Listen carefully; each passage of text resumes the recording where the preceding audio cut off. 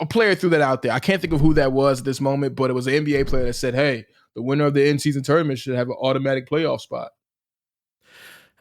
That sounds good in theory, but Right. then what playoff spot would that end up being? Does that mean you are now the automatic eighth seed? What ends up happening at the end of April and then some team ties with that moment? Do you end up going with the in-season tournament winner over the tie? I would assume that you would always do that if you're going to say the winner of the in-season tournament has an automatic win. And then I guess the incentive with that would be, hey, you tied, but you didn't win the in-season tournament, try and win it next year and you have an automatic without having to worry about that. But then what does automatic do? Does automatic now mean because you won it in December, you can job like the Grizzlies are fucking jobbing right now and just sell because you are guaranteed the eighth seed no matter what, no matter if you're 15 and 60, whatever. 15 and 67, I guess.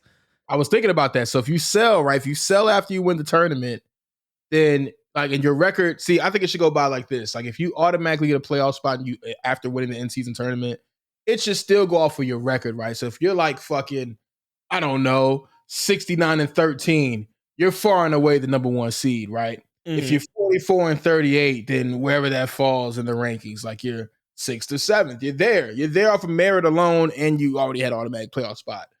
But if you're fucking, I don't know, 22 and 60, right? You just fall off a fucking cliff after the tournament. Then you just go and like you're the lowest seed in the play-in tournament or something, right? They have like so like you're automatically like the lowest seed in the play-in or something. You're gonna get mollywopped anyway. So there you go.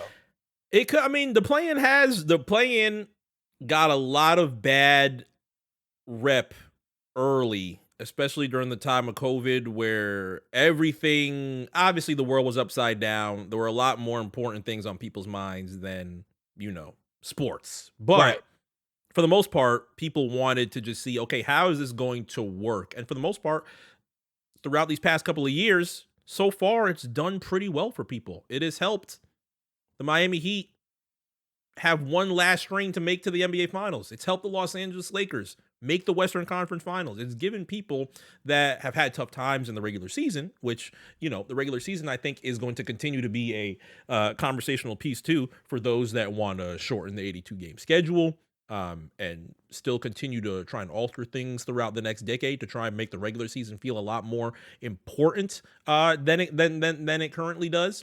That conversation is also going to continue, but I feel like as time has passed, people have became a lot less indifferent on the play-in and actually look forward to the play-in. Right now, I feel like it's damn near 95-5 or 90-10 as far as those that are indifferent to the in-season tournament and those that are not. And depending on whether or not your team ends up doing really well in the in-season tournament, you might, get real happy. You make the semifinals. You might actually, give a lot more interest towards that. Or even if you win the NBA Cup, that might be something that is important to you. It might come with a lot of jokes, obviously, on the timeline, and everybody be like, they're celebrating the NBA Cup, so on and so forth. But no banners, please. Let's just say that. Are we going to put banners up for that? Would you want a banner for the NBA Cup? Let's just say Boston wins the NBA Cup with ease. They just steamroll through the in-season tournament, get the NBA Cup. Big sparks, celebration, confetti in Las Vegas. Do you want to add that to the 18? Do you want to add that to the 18 that's up there?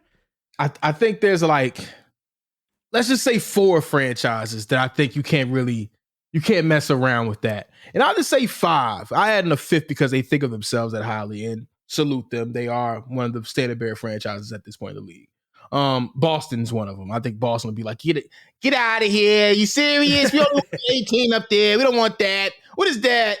And you got the Lakers. The Lakers, they have more than enough banners up there. I don't think they want, the NBA Cup to go up there just yet. I think the Knicks will look at that like, ugh. I don't know about that. You know what I mean? We kind of want the real thing. We haven't had the real thing in like 50 years. We're still waiting on the real thing to be up there in the rafters. The Warriors, with their recent success over the past decade, it's just like, we got 4 of the real thing in the last couple of decade or whatnot. I don't think we can put that up there. And then the 5th, I think the Bulls will be like, nah, we don't want that up there next to our 6 banners. Yeah. Next to Mike's banners. You know what I mean, I don't think that's the next thing. We should put the 7th in the NBA championship up there first before we put that up there. So I think those 5 franchises right there would not raise the banner in the rafters. Now the Wizards, the Pelicans, they haven't started winning this thing. Oh, the banner's getting raised. You can believe it. The banner is going to get raised to the rafters, to the roof. Are the Nets raising banners if they get the in-season tournament? I got the Nets raising banners. I got them raising banners. I ain't gonna lie. The Nets are crazy enough to do it. The Knicks ain't doing it. The Knicks wouldn't do it. The Nets might do it. See, this gonna take a while to wipe this type of. I don't even want to call it a smudge because it's not. Nothing bad has happened yet. Friday night was a good first day of basketball.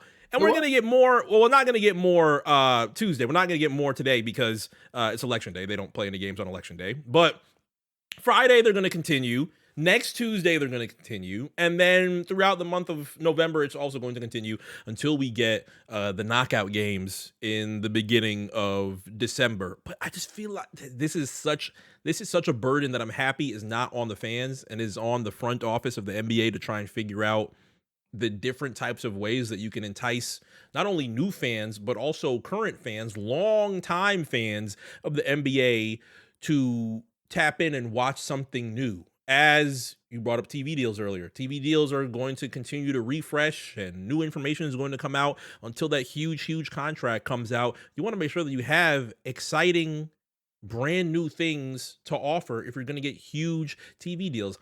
God forbid, the NFL just decides to say, hey, this is all we got. NFL can ride on those type of laurels and be like, hey, you pretty much know what we bring towards your network. No matter what the fuck we put on TV, it's going to do 30 mil or 40 mil or whatever it is either way. No matter what team it is. It doesn't even have to be the good teams. Playoffs Football can ride on those laurels. Yeah, automatically playoffs. In an NFC or AFC championship game is going to average north of 35, 40 million easily. No matter participants. You know what I mean? If it's the Cowboys in the NFC championship game, 60 million. You know what I mean? So, yeah. NBA doesn't have that. I just don't think NBA has that. And no, Gary, it is number 2 now as far as viewership goes in America.